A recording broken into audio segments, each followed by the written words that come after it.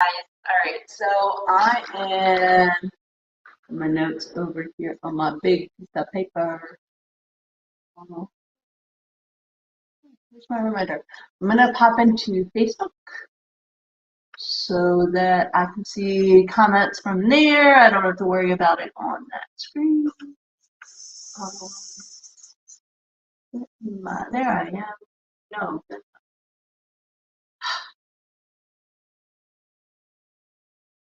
How's everyone doing today? There we are. Yay! Yep, perfect. Okay. Okay. These two are actually pretty, I don't want to say detailed recipes, but they definitely, they take a little bit of processing in the brain. So we're going to start with the linguine, and then we're going to go to the potatoes really quick, because we're going to set up the linguine sauce in the Instapot. Now, I know some of you have looked at the recipe, okay? And the way that the recipe calls for it, it calls for cooking everything on the stovetop. I like to make everything easy. One of my purposes for this presentation and coming to you live every single week is to show you that you can do this as well. Just because something says you have to do it on the stovetop or you have to bake it in the oven doesn't necessarily mean you have to. It obviously ranges recipe to recipe. But with something like this, when you're making a sauce to go onto pasta with some vegetables in it, you can actually use your Instapot. It's the most fabulous contraption. And I will tell you, I did not want this. I did not want an Instapot. I was very, very resistant to the Instapot. Ryan insisted on it. We got it home. I'm like, no, I'm not going for him to use it. And then I made risotto without any issues, and I was sold. Totally sold. Realized that a lot of the recipes that I make, I can actually do within the Instapot. Now, here is the one thing about the Instapot that you need to know. If you have a sauce that needs to either thicken or thin out, or no, thicken or kind of settle, you're not going to get that while it's in the Instapot, okay? The top and the pressure actually keeps that moisture within it. It keeps the moisture from the vegetables in it, the whole 9 yards, okay? But we can use it right now to make our sauce, cook all the vegetables inside of it, and then put it on top of our lovely pasta that's cooking right now. That's all in the water. So by the time the pasta is ready, the sauce will be ready. Make sense? All right, let's get to this. So now the very first thing with the linguine, when we are done with the linguine, we are going to make our bootable, okay? We are going to put everything in the Instapot and then get our bootable started because some of that cooks in the oven, all right? As always, you will hear the boys in the background, but I got my eye on them. All right. Now, someone online, Mandy, had mentioned that this recipe can be made with gluten-free flour. So, I brought out the gluten-free flour. All right, so the very, very first thing talks about bringing the almond and the nutmeg and cayenne to a boil, right? You want to heat it up. So I'm going to go over and I'm going to put it over there. We're going to let it heat up. What I have actually is oat milk, not almond milk. And then we're going to come back here and we're going to get the rest of it going so that we can kind of just get this kind of moving. Really, ultimately, what you want to do with the milk mixture is you just want to heat it up so that the flour mixture and the milk mixture are the same temperature. That's what you're trying to do. So our skillet's over here. So let's move this over here. And you don't want to put on. I forgot to put my ear button. You guys can hear what I say as I walk around the kitchen. All right, let's see. This should make it cook better. Hopefully you can hear me. Okay, so now we're going to turn this. Turn the heat on under here. You want it at medium. All right. Nutmeg. Now here's the deal with nutmeg. Here's the way I do nutmeg. I like my nutmeg whole. I do. You can see, tend to always have one going. I don't know when I last used this, so we're gonna have a new one. That's in there. Get that cayenne. All right.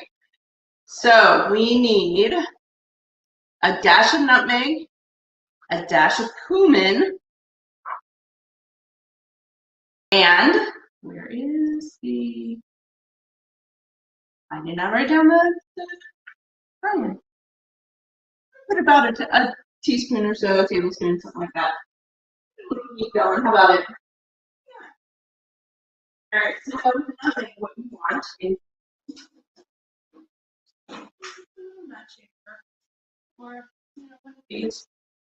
Gives you the things off lemon. Gives you things off lemon. It gives you the lemon peel shredding. It also does your nutmeg. All right. So the very first thing you're going to do. Well, this is an everyday snack. Alright, so it says dash. Let's put a big dash. Go.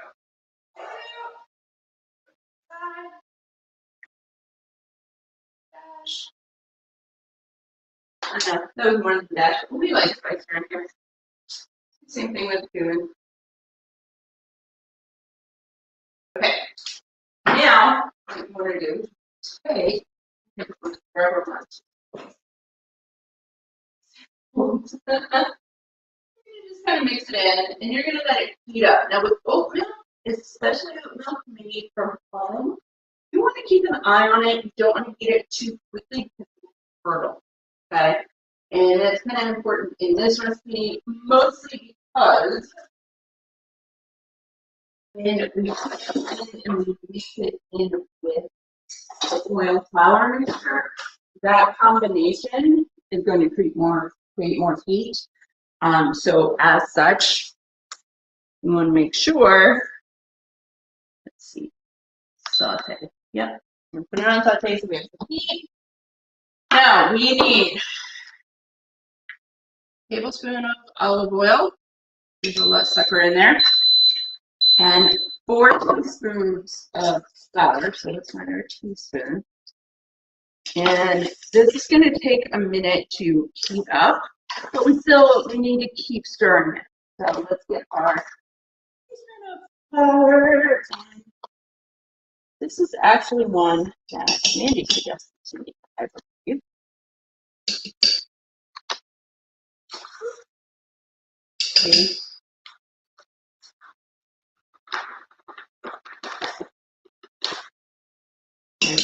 Okay. Okay. Let's see. All right. So right now, here's what we got going. Okay. Basically, just looks like a little bit of a mess. Just kind of combine it, and what you end up with is it's almost like butter, but it's not butter. Does that make sense? So, let me show you. See that color? And where's my camera? There you go. See the coloring down in there? And thankfully, there's not a lot in here, so I can pick it up. All right. So we're going to let this heat up as our milk heats up.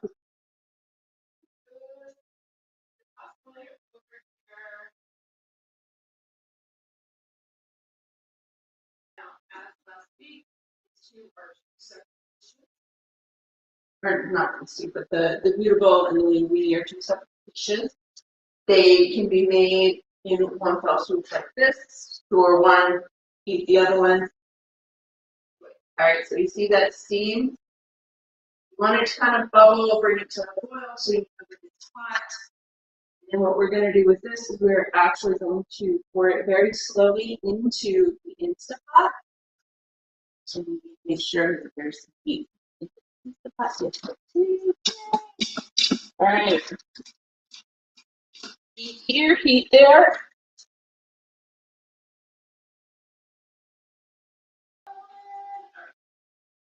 It doesn't take long to heat up and really fix our oat milk. Put it.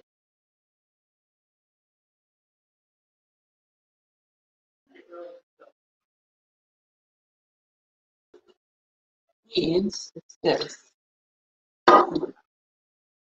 And the joy of an Instapot, we can remove it from the heat. Look at that. I don't want to put it on my beautiful new cups. I'm very sure it's okay, but I'm kind of paranoid. All right, so we're going to leave that there. Now, while we're waiting, watching this, we can consider what we're going to do with our food.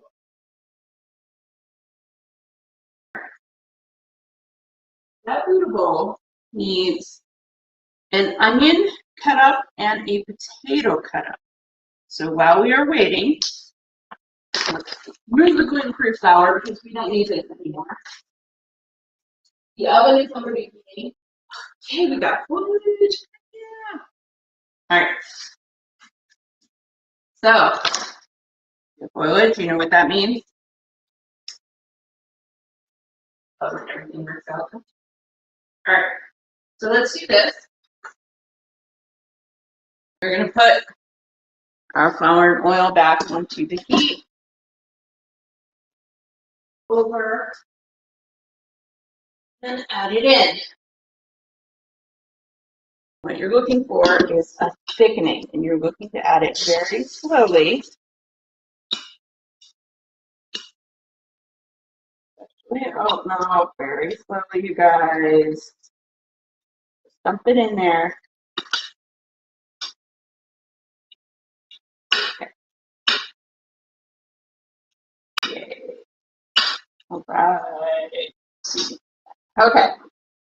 Now, what happens with this? The recipe actually tells us, it wants us to boil our vegetables separately and then put it in here. And the way that I do this is I put the vegetables in here. All right. So here's what's left. All right. We have our veggies, including seasoning, and we have Parmesan. Now what we're looking for with this is we want this to kind of thicken up a little bit, and then we're going to throw it onto a soup. I'm actually going to put it on more of a manual setting. I only want it heated up. Hi, Rebecca. I only want it heated up for, maybe 10 minutes or so, and then I want the top off so that it can just mix all those flavors in. This is the vegan version. Now, there are two versions of this recipe on the meal plan. The meal plan contains the original recipe for this was salmon, and I believe the sauce was still dairy-free. There we go, perfect. Okay, so we have a thickening. Now, with plant-based milk, you have to know thick doesn't mean what it means with your dairy, okay? It's a little bit thinner than that. Can you get it that way? Yes, and that's what will happen as we let the vegetables sit once they've cooked. All right, so now what we need to do is we're going to put it, cancel it. Manual, no, we want 10 minutes.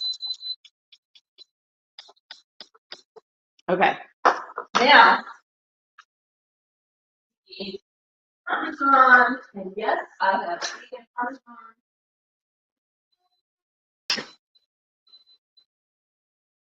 Okay, here's what we do on the great.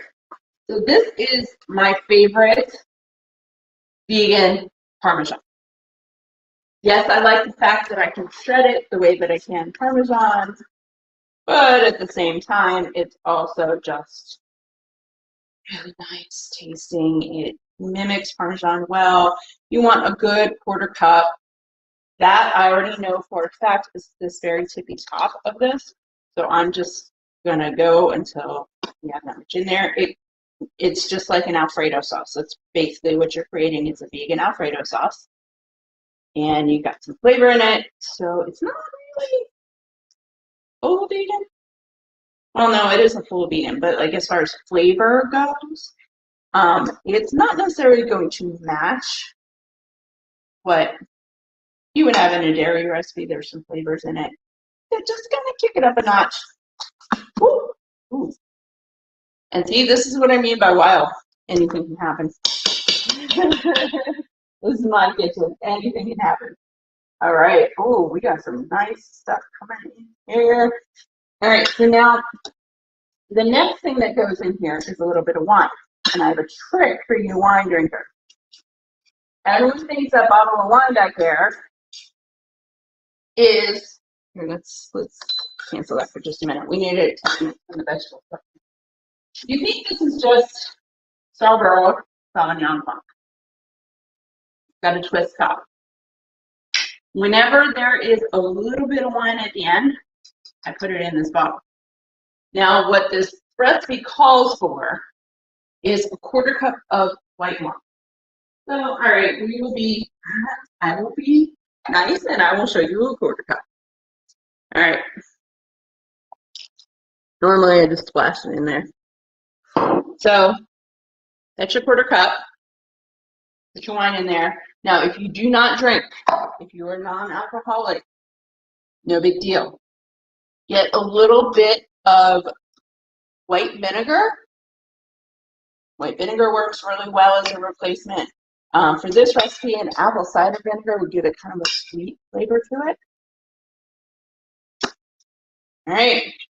Now, only thing left is drop in those veggies. So we're going to drop in the veggies in the seasoning, and then we're going to turn the pot back on. So this asks for 2 medium leeks. I actually found a pretty big leek. If you have not ever seen one of these, that's what it looks like. It usually comes as a pair. Okay? And grocery stores like to hide them. It's just the thing.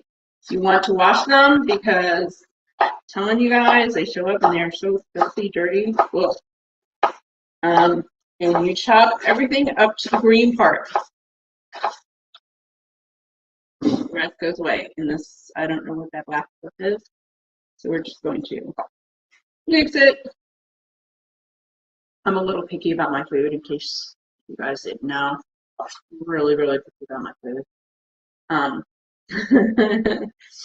And you know, it's just kind of one of those things. If I get food and I see it and I decide it's not good, I'm not eating it. I'm trying really, really, really hard not to share the wealth on that one with the boys. Really trying. All right.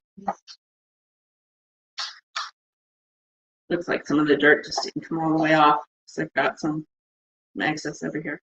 All right, so we're going to put our leek in. And this recipe calls for a shallot. Things are so weird for me. I could not find a shallot in the store, so I got a white onion. So for those of you non-cooks listening, here's the deal. Shallots and leeks taste like onions. They come from the onion family. Okay, so if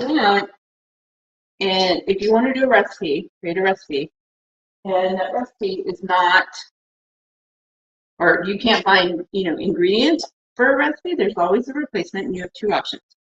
Look at the flavor of the food and see what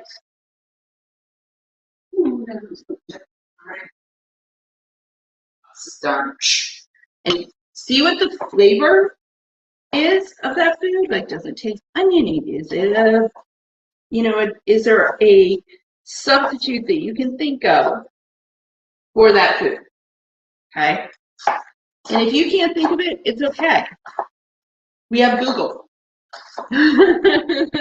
Or you have people like me, people like Mandy who's in the group. Her name on Facebook is Mandy Bicknell Price. She's in the group. She is amazing as far as having cooking resources. She's really good, you guys.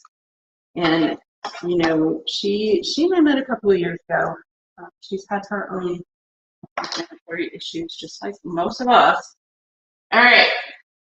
So if you can't find what you're looking for on Google or just by considering it, then reach out to one of us and we will help you. All right, bok choy. There's baby bok choy and then there's bok choy. With a recipe like this, it doesn't really matter. That would have been a good one to try and explain, huh? What happened with the onion? Well, you know.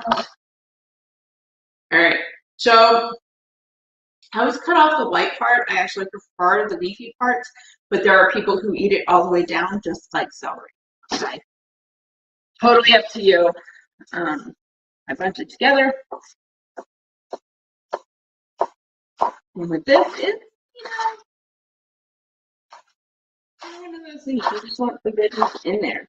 Because what's going to happen is the veggies become the main dish, and the pasta is just there. So, and then what will happen with bok choy is it actually wilts up exactly like spinach. All right, so broccolina. You guys seen broccolina? All right, so here's the deal with broccolina. It's definitely in the same family as broccoli, but I don't think it's the same. I don't think it's baby broccoli.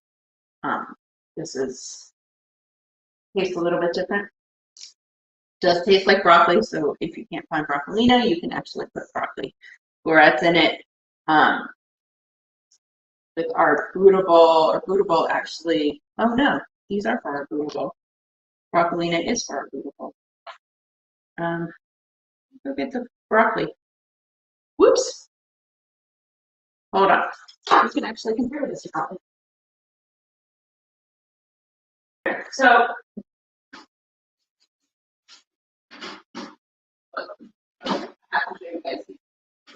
remember how I was talking about eating things quick and easy and using the produce section? Look at those Brussels sprouts. They're huge. I'm telling you. And the Brussels sprouts on the shelves, nothing compared to this. All right, so I've got the broccoli. Lean it to the side because that's the recipe. All right, so you see how much broccoli we have?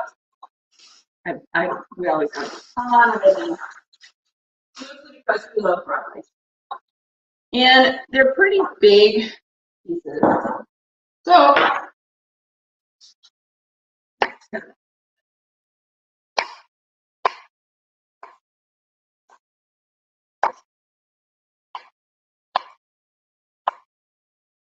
you don't cut up too much, just enough to break it up, mostly because while you're cooking in a lot of these dishes, when you're trying to cook to save time, you want smaller pieces. Okay.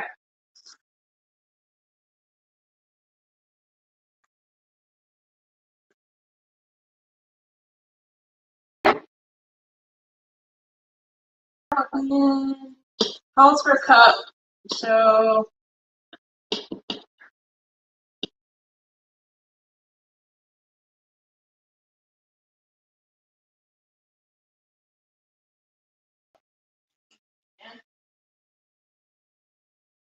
all right.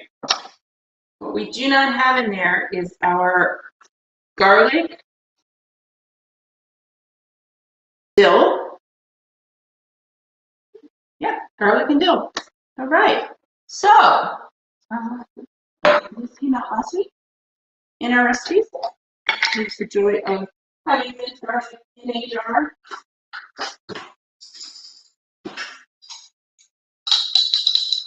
Take a spoon, drop it in. Done. Come on. Hi, Brittany. Now, this recipe uses dill. Two options. It will come out the same. Doesn't matter. Comes out the same. Okay. This is brand new, not open. So guess what I'm gonna do? I'm gonna go the easy route.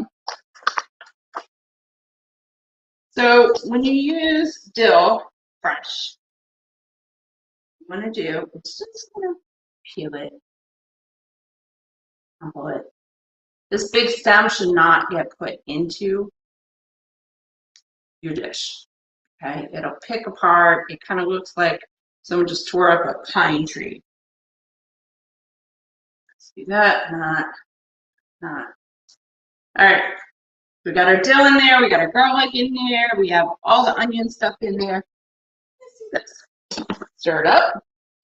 Just get it coated. That's what you want. Now, with what we put in here, it's not going to look like this has much on it. Okay, it's literally going to look like you're barely coating the vegetables. Joy of pressure cooker is that it is going to take all these vegetables and create a delicious sauce. The original recipe calls for salmon in this. Your standard salmon, filet, steak, whatever floats your boat. Guys, I do not want to jinx this, but those boys are just sitting and literally watching their ABC show. They're being so good. I'm so proud of them. All right, so now, here's what it looks like.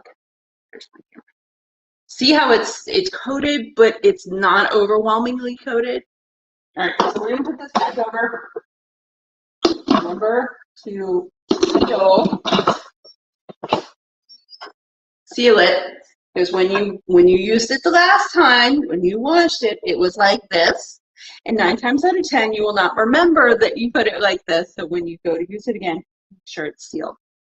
I say that so often because All right, steam, 25 minutes. So we're gonna put it down. A lot of stuff. Let's do 15. We'll do 15. All right. You do not need the dill anymore. That's gonna cook. I'm gonna push that out of the way. Here. Let me push this out of the way, and then we can get started on our next recipe. All right. Beautiful. I've been looking forward to this one. All right. So last week, I cut an onion roll. I cut off the bottom. Why don't you cut off the bottom? Because it will make you cry. So here's what this recipe calls for. It calls for us to roast a sweet potato and red onion. Okay, and the deal with the red onion is that it's going to be quartered. So what you do, chop off the top, quarter it, so you can peel off the layer. Makes it easier. Okay, see where that is? Now chop it.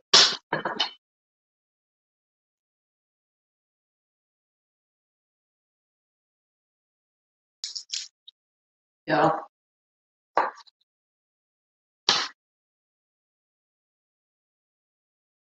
And break part on there.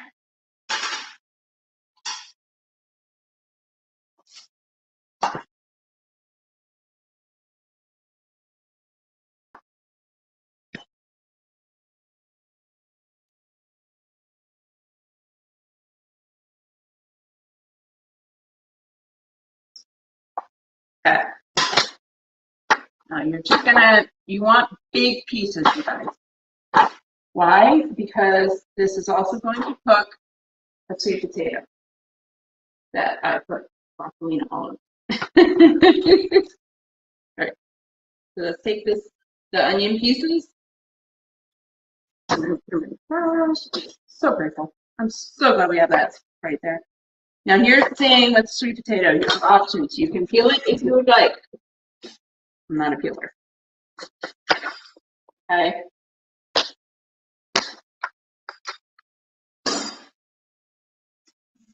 You want pieces that are small enough that they will roast in 20 minutes.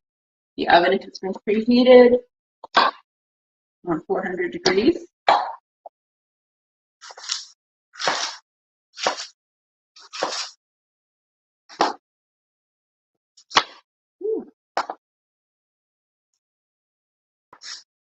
You see how those look like big pieces, but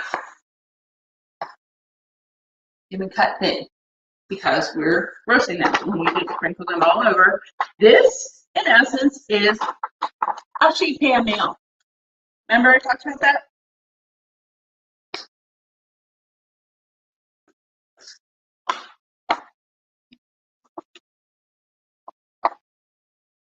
The sheet pan meal. Now with sheet pan meals, you definitely want to make sure that everything is cut.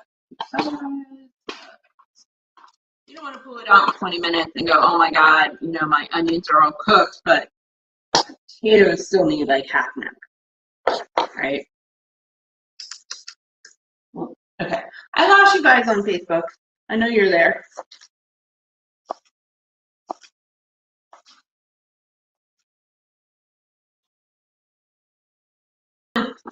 Okay. So now what happens with this is you take some of your olive oil and you drizzle it over everything. And what you want is you want to coat it. Okay? Drizzle it over everything.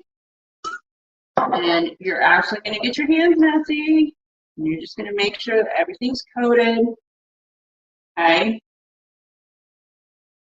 One layer. Very important. One layer.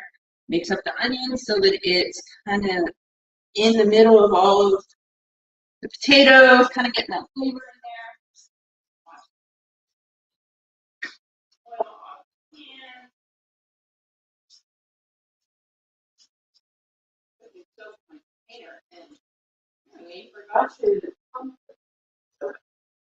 All right.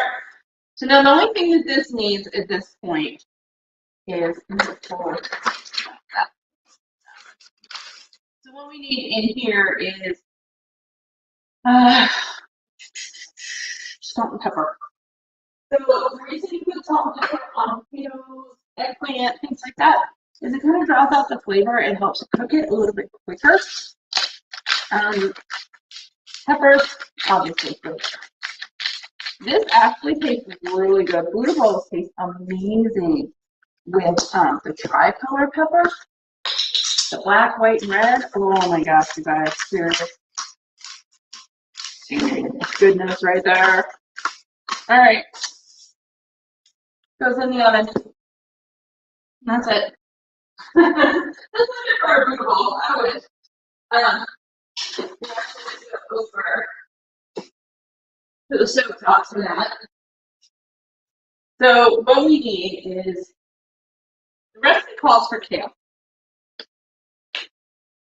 I love you guys. I'm not eating kale for you. I am not eating kale for you. I'm sorry. So instead, I'm making it with spinach. The recipe also calls for at 10 minutes, you put the broccolina in. 10 minutes later, you pull the broccolina out. 10 minutes after that, you put the kale in, and then you pull the kale off, and then everything's cooked. We're going to shortcut that. Okay? That was created that way so that you guys would have a way of making it and making it easier for you, but we're going to shortcut this. We're going to take it over to the stove. So give me a minute. I'm going to rearrange the camera and hopefully not lose y'all. Yeah, let's do that. Let's do that. Come on. Come with me. All right. So, you see my counter. It's a pretty counter, isn't it? Okay. There you go. So let me see. There we go. All right. This way you can see what's happening here. Okay. So here's the deal with spinach. You've never cooked spinach before. It wilts down big. So all you need, this recipe calls for like a cup, 2 cups of spinach. So you want this. Linguine is already back there. So you can let it soak in there. Put your olive oil in. You want enough olive oil that it cooks the spinach. We're going to use this for the chickpeas as well because blending flavors. If it's all going in the same place, I want to blend all the flavors.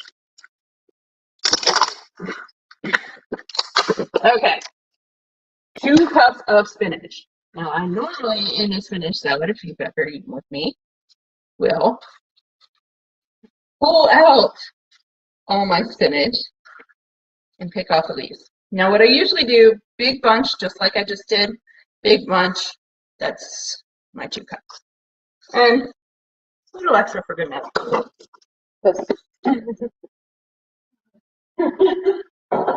All right, and then the next thing we're going to do is chop up the broccoli.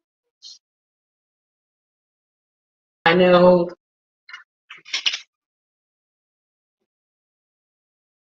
So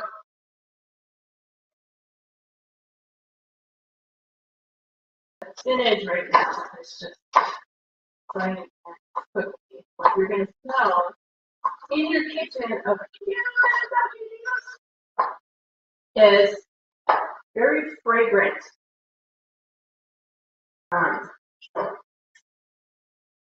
Why am I not?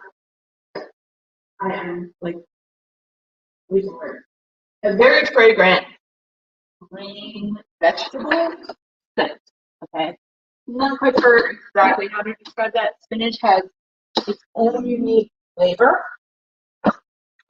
And what will happen with this is it starts to wilt. So what you want to do is very carefully, so it's kind of getting coated.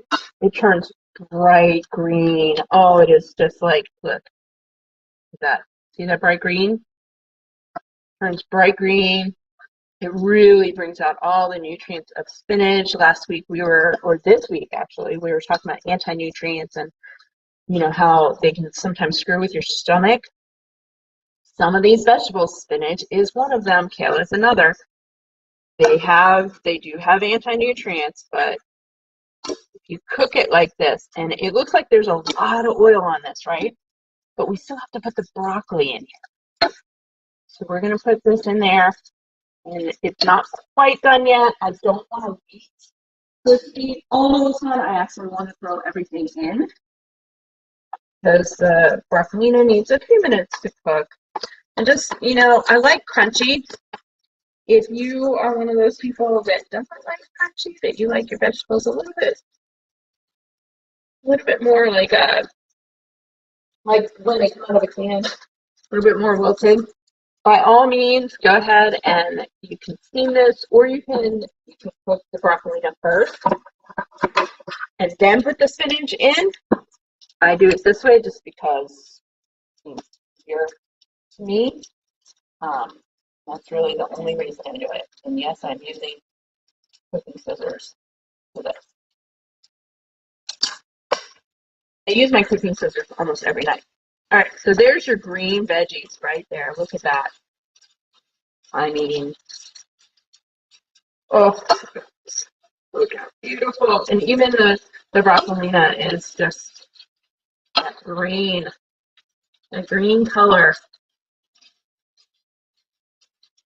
All right, so there's a couple pieces of spinach that still need to cook, but they'll do that regardless. So just transfer it to our bowl. And we'll bring it back in a minute.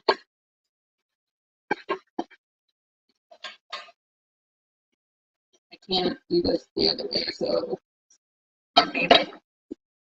All right, nice vibrant green. Pull this off the heat. I'm not going to turn the heat off just yet. We need our chickpeas, garlic, turmeric powder. Oh, there's powder and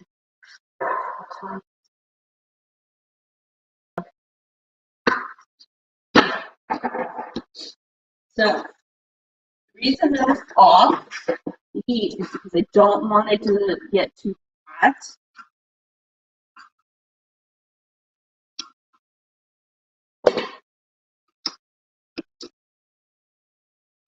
These are the sprout chickpeas. I actually prefer the organic ones from Simple, what is it? Simply Organic? Whatever the Kroger brand is. I prefer those. There's just something about them. They seem to taste a little bit better. Drain this. Moisture in here. Dry in a minute. Okay. So we need a splash of oil. Okay. This is where the magic happens. This is like the funniest thing ever. So what we're about to do with these chickpeas is something that you can do regardless of whether you're making this food or not. They're actually a really good snack. Garlic, because you can't have a dish without garlic. I'm sorry. Thank you. You want some cumin, and I usually take this and cover the whole thing. Give it like a little meaty flavor to it. Okay. Give it a little kick. Now this is the part you can put as much of a kick as you want. Okay. This calls for actually garlic powder, and I legitimately keep this in stock just for video. Now this also calls for turmeric. I don't have turmeric in the house, but I do have turmeric's supplement.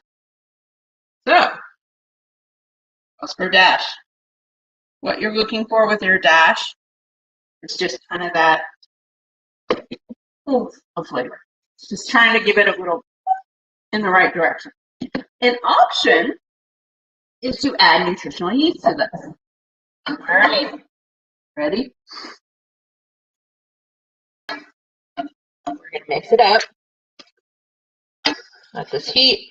Let's get the green stuff off this.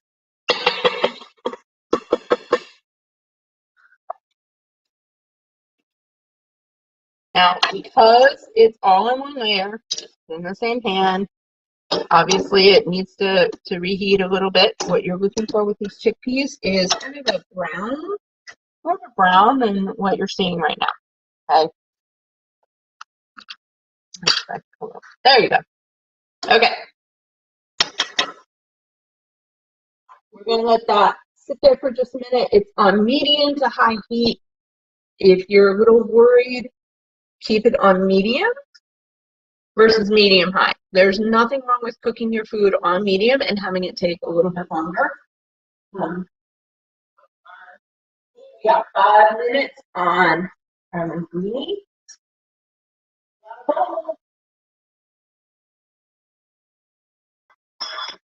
And one, 5:40. So 30 minutes with cooking. How long it takes me is 30 minutes with cooking. When you aren't talking, it's a lot easier to get everything going.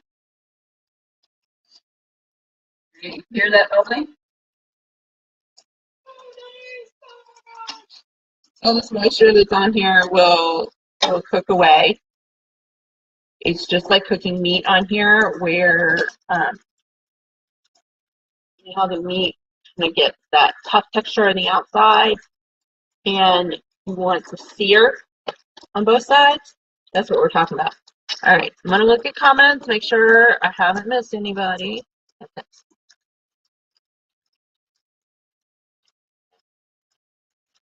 We're gonna leave it on comments. There we go. All right, I can see them. I have my glasses on. We're good.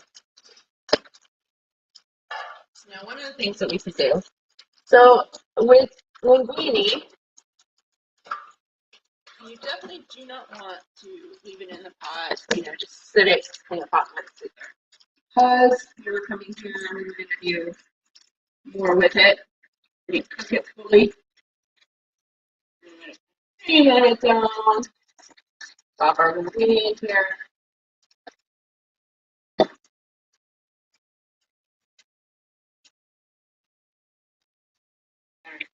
So this is what I'm going to call a Brian serving. Mine is about like, I think it's literally like that much, about a third of it. So we're going to let this get some sound going. Oof. Yes. Okay. So I don't know if you guys can see, but it's starting to darken up in color. That's what you're going for, is that very light pale color on the garbanzo beans. You're now making it more of a darker brown. All right, now here's the other thing. So the linguine sauce is almost done. We need to make our sauce, our ball.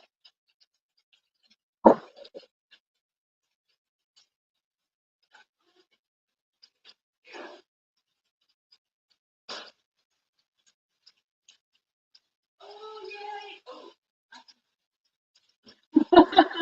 All right, so ingredients to the sauce, right there. Oh, those are looking so good. All right, bigger spoonful. So here's your recipe for the sauce.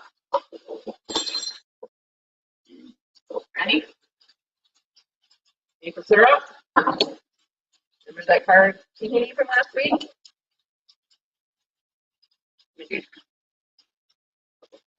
What I'm putting in. So it calls for 1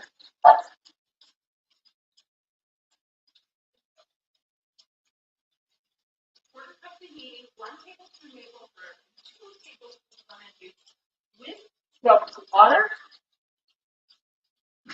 to help. So let's get some tahini.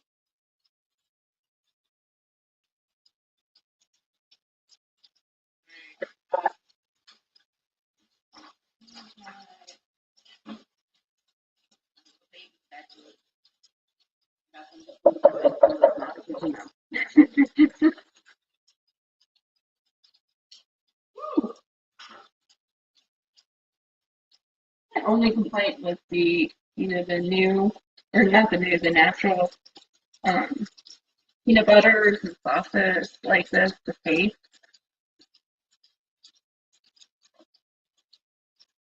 Oh, here's the hot done. Wait a minute. Okay, so we're gonna steam the Instant Pot, which I know you can't see at the moment. Just know it is open and steaming, and we're gonna let that go out. There we go. Now we got some juiciness. See this? Oh, juicy. Yes. What do I have? Get a spoon.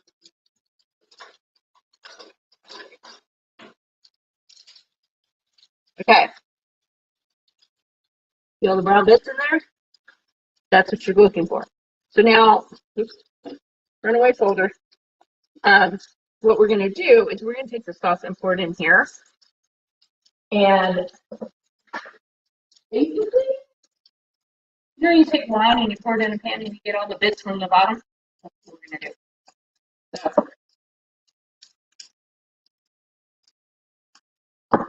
and the lemon juice helps.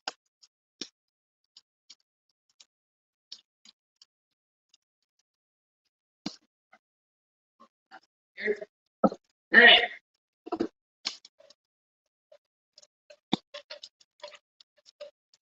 What you're trying to do with the tahini is mix it up so that you create a sauce, but tahini's thick, so I'm going to take a minute. Be patient. I know it's popping at me. Okay. You want them about halfway cooked when you do this. If you're a preparer, just prepare this, have this to the side. Know that because of the tahini, you're probably going to have to remix it before you add it in. All right, so you want a spatula ready. You can use your tongs if you want. I always use a pet spatula, just it works better for me. All right, ooh, we got time. There we go, a little bit more. Okay. Your spatula ready?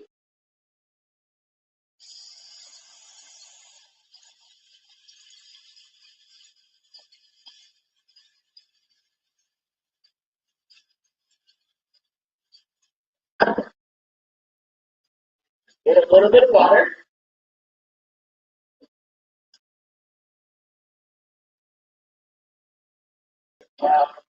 It's kind of creating that moisture and a sauce around the chickpeas. Right there. Done. I'm not going to scrape everything off the bottom, but it gets some of the little bits in there, and it just kind of, I don't want to say makes it gelatinous, but it sticks everything together. So good. All right, so we're going to put this to the side and wait because we have some potatoes that look like they're about to fine.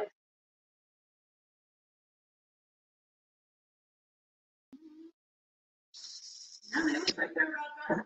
We're going to give them about 5 minutes without it cools a little bit. And what you can do at this point is you can actually add your greens back in.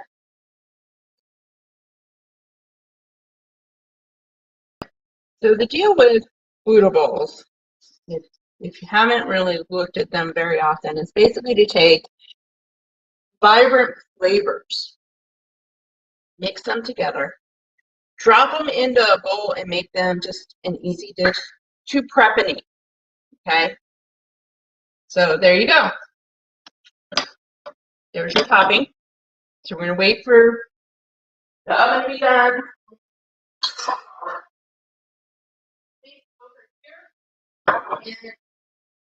That.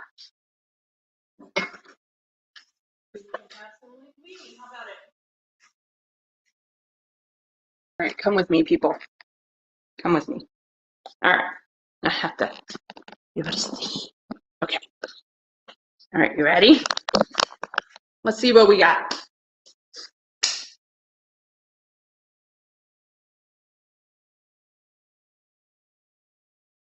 Whoa. Or Instapot back into screen. Oh, those boys are being so good. I'm so proud of them. Woo. Always away. Never face that stain near you. Mistake number 1. I'm gonna put it on that.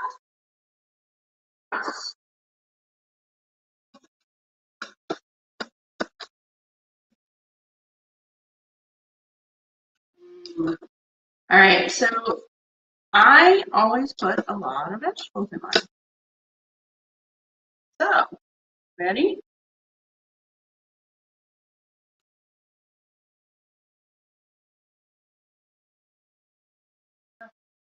Now you can do a couple of things with this. All right.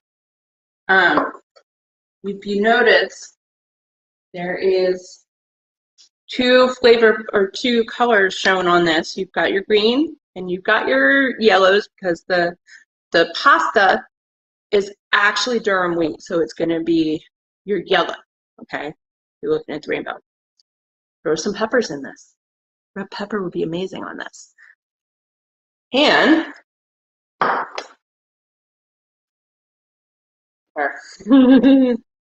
our dipped cheese, and sprinkle some more on.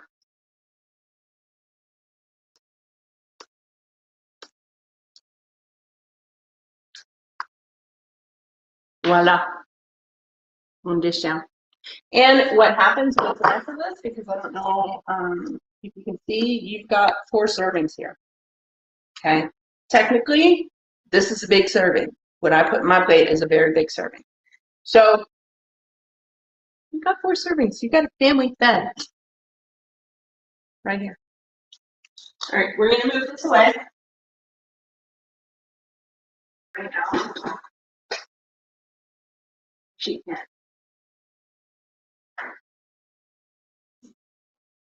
Okay. You don't need any of these things anymore, so you need another bowl. All right.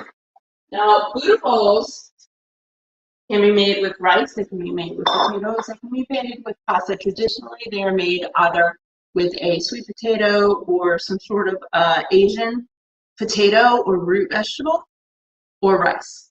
Okay, quinoa is another good option for this.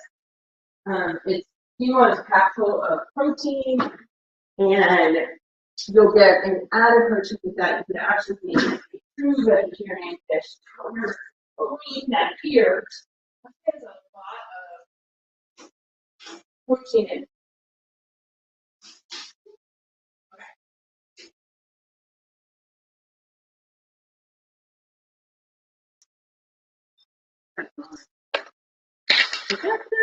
Okay, so take some of your potatoes, and then put some of the onions in. Funny thing about roasted onions, they all look translucent, but you don't really shrivel up too much.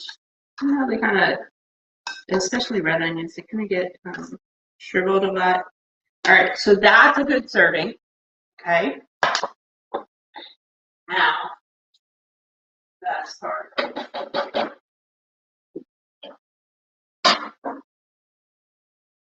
Ready? This is a perfect recipe for a rainbow. Okay. Recipe. So trying to hold on to this one.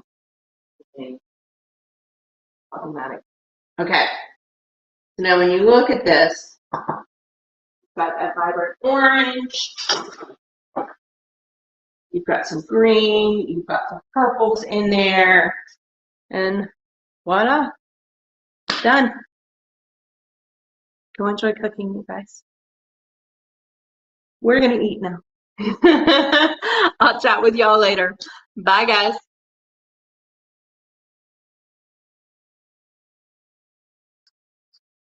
Forgot one thing. If you have any questions or concerns, if you're curious about anything you saw today or need further explanation, let me know.